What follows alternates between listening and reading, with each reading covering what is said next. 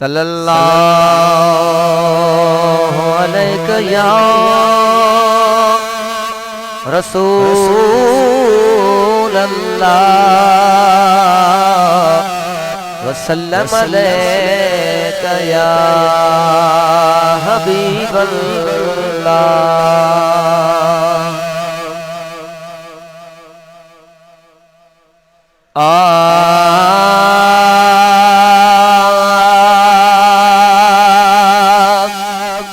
ओ जह जी जलमाओ हुसैन जड़ियो उन माओ के मुझो सलाम आहे।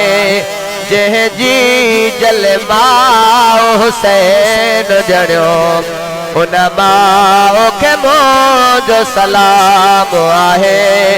महबूब जी न्याणी बतूल भले ज़हरा के मुझो सलाम आहे। महबूब जी न्याणी बतूल भले ज़हरा के मुझो सलाम आहे। बेशक अभलारो बेहद घर वो चाहे घर में जाओ ही दिल पर।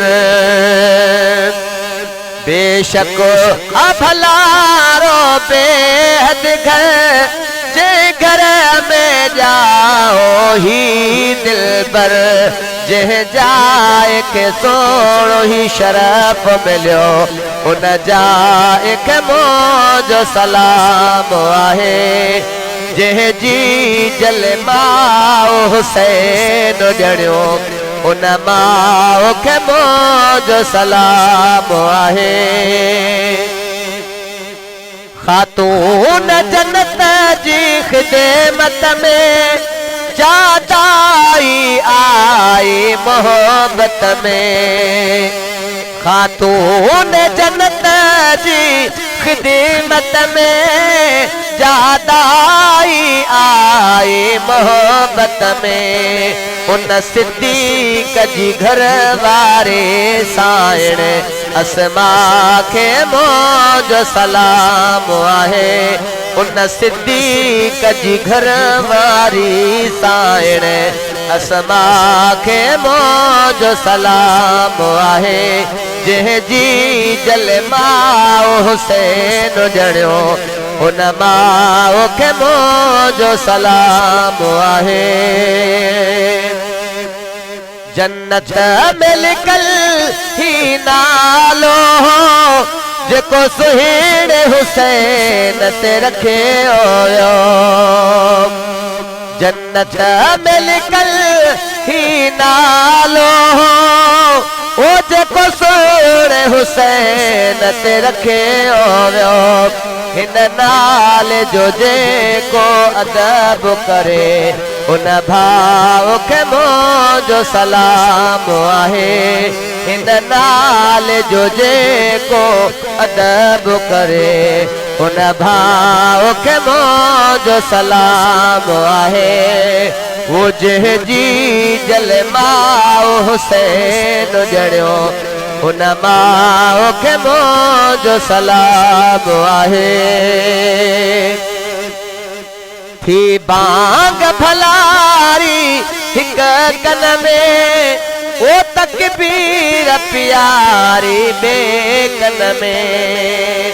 थी बांग भलारी हिक कन में तकबीर प्यारी बेकन में। हिन जान जे वक्त भलारे जले वे जलाव के मुझो सलाम आहे। जह जी जलमाओ हुसैन जड़ियो उन माओ के मुझो सलाम आहे। खुशबू जी सारो गए ओ जद जाओ प्यारो हुसन परवर। खुशबू जी सारो घर ओ जद जाओ प्यारो वारो हसन परवर सुरा जो वाओ हलियो हर हद उन वाओ के मौजो सलाम आहे जंहिं जी जल माओ हुसैन ॼणियो उन माओ के मौजो सलाम आहे वो महबूब जी न्याणी बतूल भली ज़हरा खे मौजो सलाम आहे ॾाहिरी दात थणी आहे वो जिस पर सराह घणी आहे